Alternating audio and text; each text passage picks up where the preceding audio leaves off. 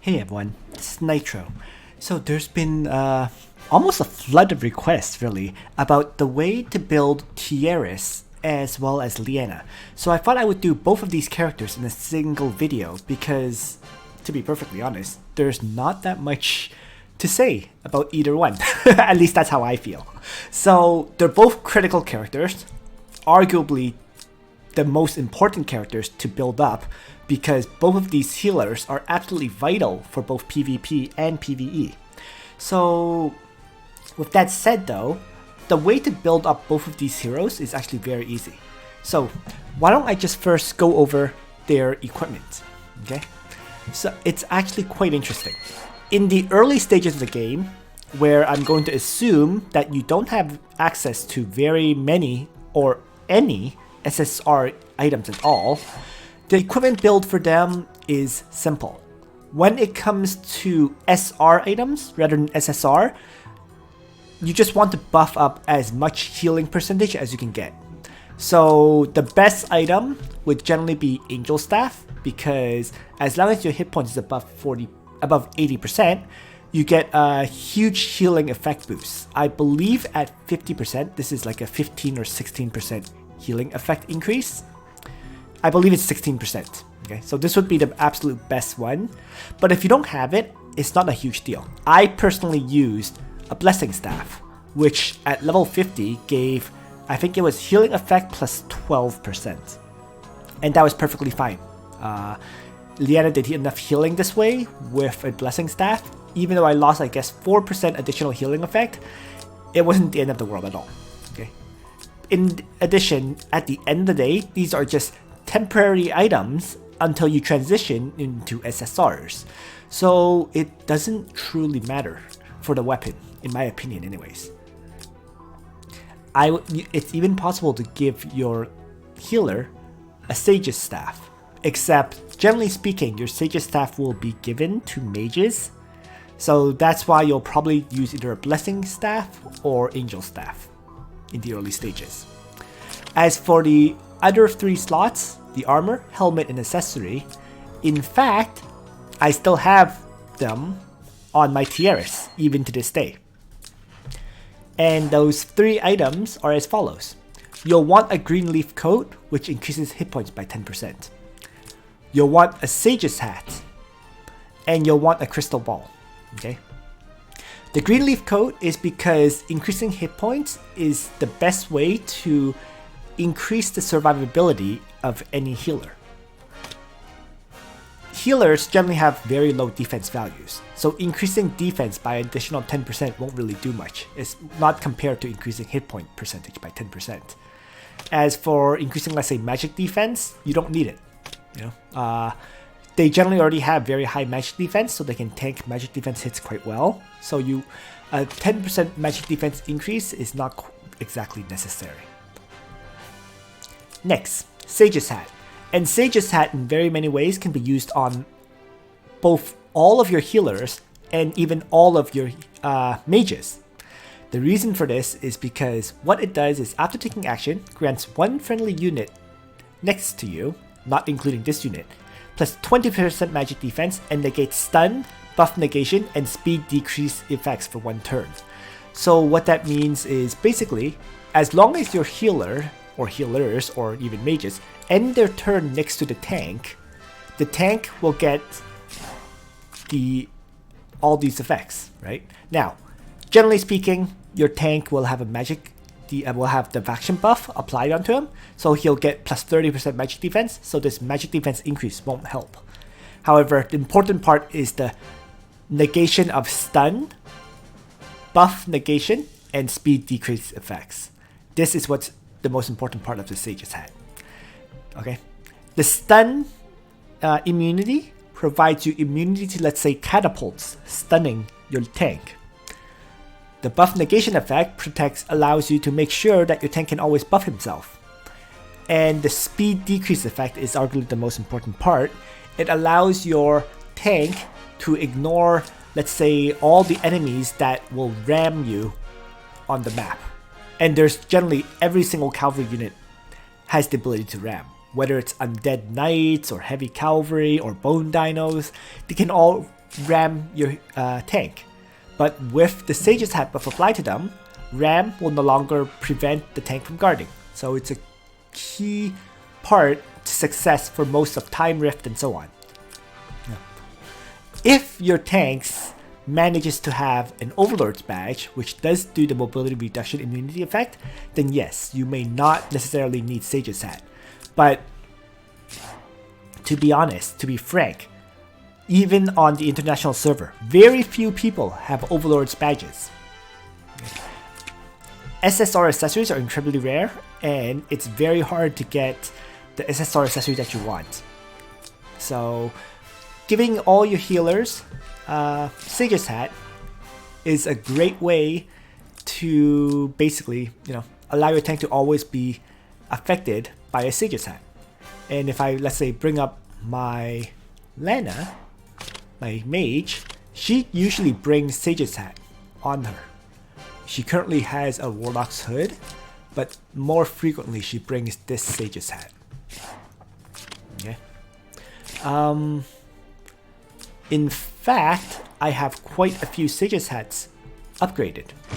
So for example, I have one for Liana, right? I have one for Tiaris. I have one equipped on Sophia, a level 51. And I have one as well on, I think, Chris's set of gear, which may be currently equipped on Almeda. Yeah. So this set of gear has a Sage's Hat as well. So, and if I just bring up like my menu in general, you can see. So there's actually 1, 2, 3, 4, 5, 6 Sage's Hats I have upgraded to level 50. In addition to this, I also have a Yggdrasil Reef, which is basically the upgraded version of a Sage's Hat. It's the SSR version. Okay, so the big only difference between the Sage's Hat and the Yggdrasil Reef is that first, it gives more stats, right? 364 hit points, 65 magic defense, as opposed to 44 magic defense and 259 hit points. Second is that it actually also increases the hit points of your character by 10%, which is big. A big survivability increase. And other than that, it does the exact same thing as the Sage's Hat, the immunity effect. So you can see I just have tons of these Sage's Hats upgraded to level 50. Alright, so this Tiaris, once again, basically has the early game set of gear. The only exception is that my Tiaris has a level 50 Alvar Staff, which increases hit points by 15%. Sorry, that increases healing effects by 15%. And it can also apply 1 debuff. But everything else is the standard upgraded set. Okay. The last item is Crystal Ball, because it increases healing effects by 10%, and also it grants immunity to effects that silence active skills. This makes it a great item, in fact, for PvP as well. This immunity to silence is arguably one of the most important things in PvP, because your healer cannot afford to be silenced. Very frequently, anyone who starts early will be able to get a free Bozel, and Bozel with AoEs can seal, which applies silence on characters. So you're basically forced to have healers to be able to have immunity to silence, at least for PvP. So this set of gear is generally enough to give your healers a good amount of healing and give them the optimal effect on the battlefield. Now, let's talk about, finally, in terms of enchant values, generally speaking, I would recommend for the early stages of the game to use Crystal. Because Crystal enchants are very common, and the enchant value gives your healing additional 20% increase, which is maximizing your healing effect. So this would be overall, I guess, the best early game kind of set of equipment in general. However, if you're trying to build your healer for dedicated PvP, things change quite a bit. Okay? In PvP, very frequently, if you're assuming battles against equally powerful enemies, it ends up turning into kind of a trading scenario where you trade your characters against your opponent.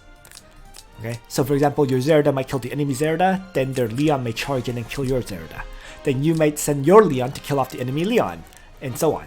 So very frequently, these PvP battles against equally powerful enemies ends up in a scenario where you end up with your tank and your healer against the enemy tank and healer. The only true way for you to win those kind of scenarios is if your healer can attack the enemy. That's the only way. If your healer can only heal up your tank, it's going to be completely luck based. Both players will just keep healing, and whoever goes second will end up winning the match. Because neither team can kill off the enemy player, and as long as I think the second player ends up with, let's say, the last character on the map or whatever, they win. So basically, in order to counter that, you want a healer who can do damage as well as healing. So that changes things quite a bit. So instead of getting plus healing effect for all your gear, like, Crystal Ball, or let's say an Ulver's Staff, or Goddess's Left Hand, or whatever, you want to change to everything providing plus intelligence. And same with the enchant. You'll want to provide plus intelligence instead of crystal. So you start building your healer like my Liana, current set of gear. So rather than Crystal Ball, you replace it with Holy Ring, because the Holy Ring gives int plus 8% and grants immunity to silence effects. Also, it increases int by 75 here. So that's why Holy Ring is a big improvement on the Crystal Ball. Okay. Instead of the Sage's Hat, of course, you want the Yggdrasil Brief, because it's just an upgraded version of it with plus 10% hit points. Instead of Greenleaf Coat, you want a Tenyo's Robe, because Tenyo's Robe continues to give the plus 10% hit points, but it has better stats, so 583 hit points and 54 defense, as opposed to the Greenleaf Coat of 414 hit points and 32 defense. But more importantly, it also has a secondary effect where when attacked, you have a 30% chance to dispel one enemy buff and inflict one random debuff on the enemy. Just a nice little additional effect if your healer gets attacked.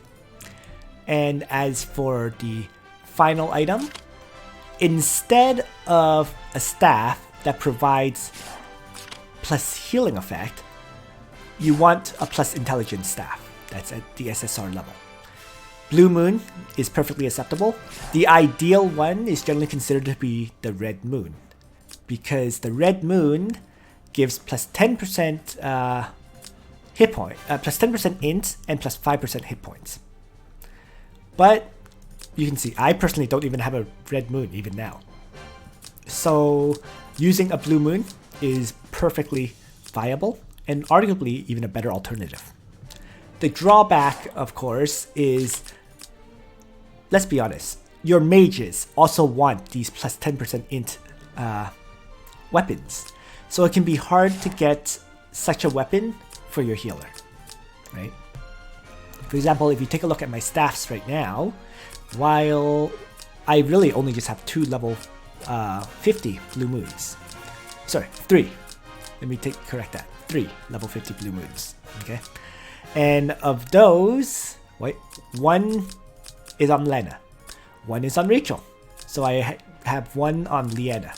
But if I want to use like another mage, I don't really have a regular staff to give them at this time, right?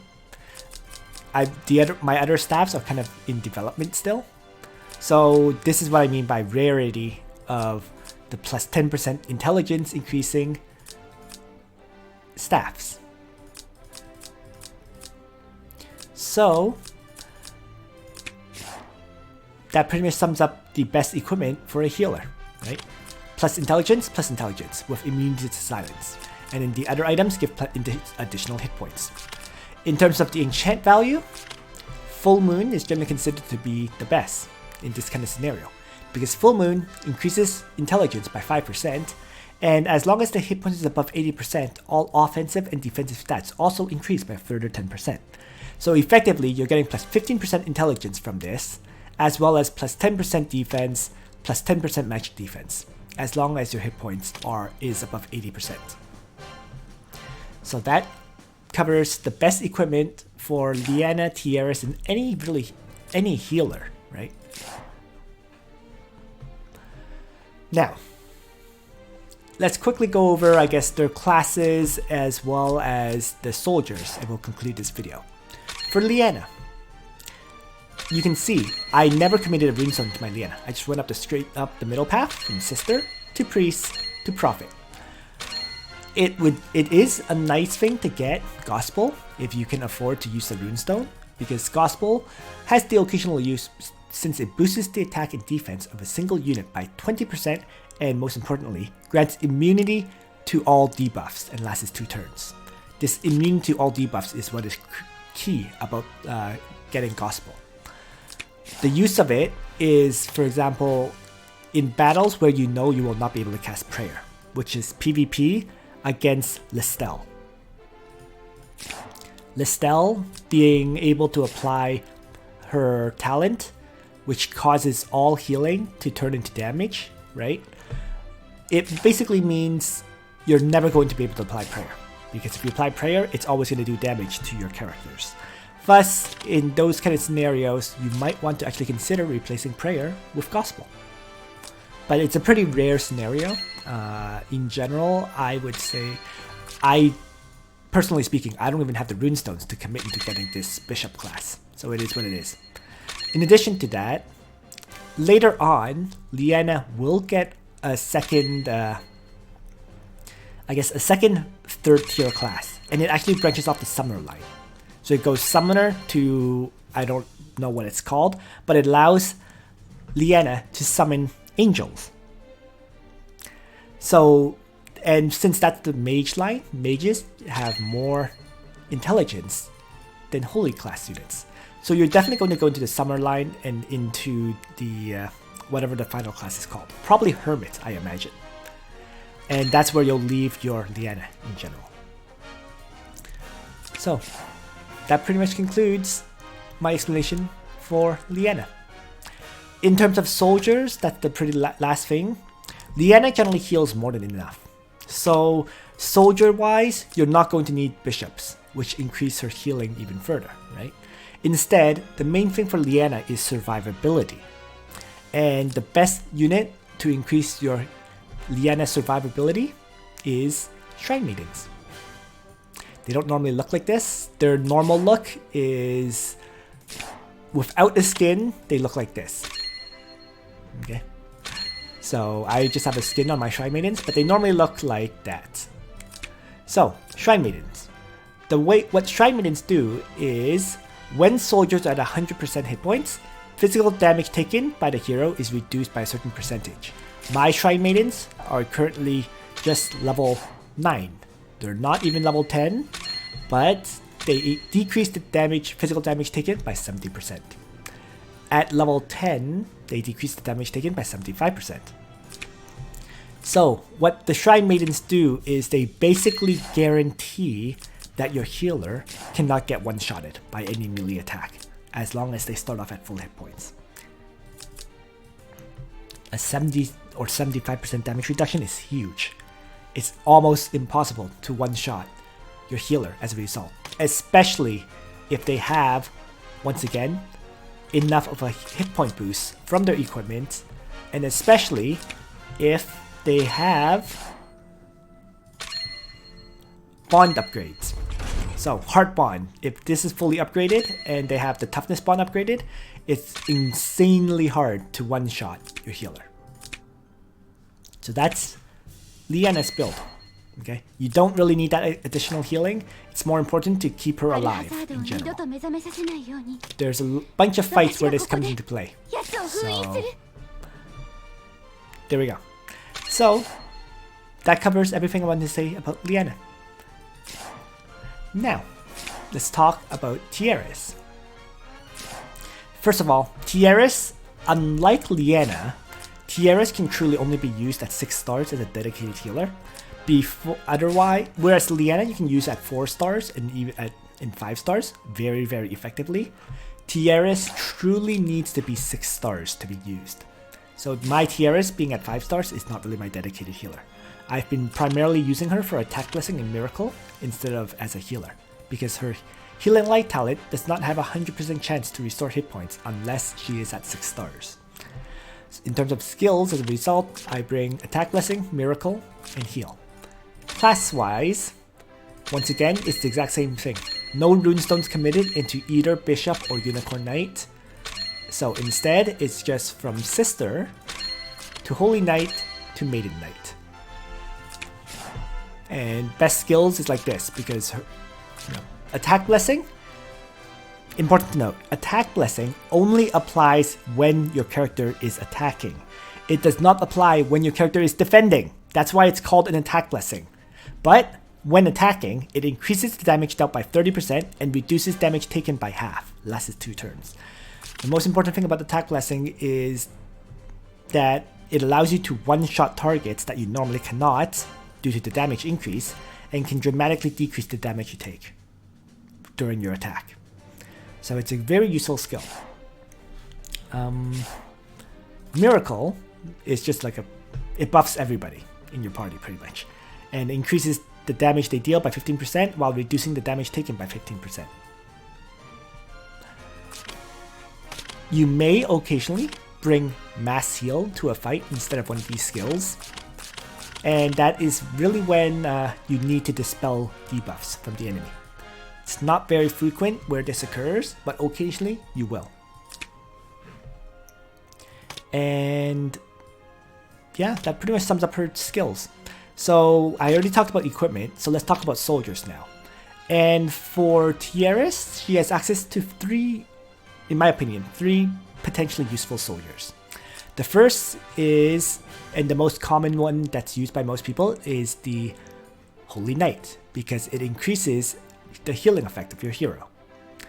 The second one, which is also very common, like the one that I'm using right now, is Sorceress, because Sorceresses have a high attack value, right?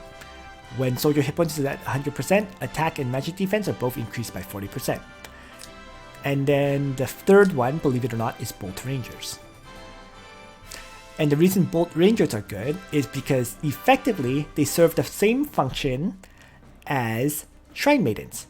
The only difference is, in order to use Bolt Rangers, they need to be level 10. Because the way they work is, when attacked, when your hit points is above 50%, you have a certain percentage chance to decrease damage taken by 50% before entering battle. This percentage hits 100% if Bolt Rangers are at level 10. My Bolt Rangers, I believe, are currently level 5. Let me just move back and take a look. Yes, so my Bolt Rangers are level 5, and that is why I only have a 60% chance to decrease the damage taken. So Bolt Rangers are very much an all or nothing kind of soldier. If they're at level 10, that 50% damage decrease will be key to keeping your healer alive. If they're not at level 10, then it's only a percentage chance, which makes them effectively unusable. And Bolt Rangers, they're quite nice in the sense that if you take a look here, Luna, as a bow knight, can use Bolt Rangers as well as Tiaris. So it's a very viable soldier to upgrade and use. While a lot of people prefer Demon Hunters on Luna, if you're free to play, my personal opinion is Bolt Rangers tend to be overall superior due to it being shared by both Luna and Tiaris. If you're not free to play, if you have the privilege of Flag of Courage, where you're getting 1 additional Anarchy run every single day, then by all means level up both. It just makes more sense that way. But if you're limited in the number of SSR materials that you have access to for upgrading things, then I would say just choose Bolt Rangers rather than both.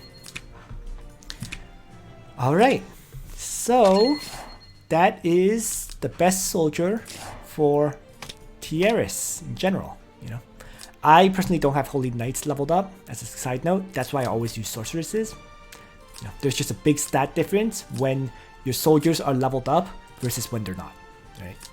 So that's why I use Sorceresses on my Tiaris, but Holy Knights are perfectly viable, and Bolt Rangers are the survivability option, which is the one you really want, in my opinion, for PvP. So, other than that, is there anything to mention? I should, as a final note, I guess I should talk about some of the equipment that can be used alternatively. First, arguably the best healing staff for healers in general is actually the Goddess's Left Hand, because it's the only healing staff that has a 100% chance to apply an effect on the enemy if you're actually doing a ranged attack. Goddess's Left Hand effect is you get a 100% chance to reduce enemies' mobility by 2 blocks. So this can stop enemies from guarding and so on. And that's why Goddess's Left Hand is arguably the best one. But, however, Oliver's Staff, which I currently have equipped on my healer, has a 50% chance to increase the enemy's damage taken by 20%. So this can be a very useful debuff when it works. And there's a third healing staff, as I recall. I'm just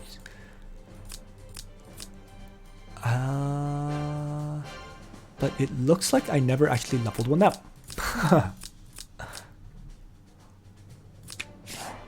It's also a 50% chance to apply a debuff. Let me just take a look for it. But generally speaking, the fact that I didn't level one up kind of shows that it's not critical. And it should be, yes, it's the Mistletoe.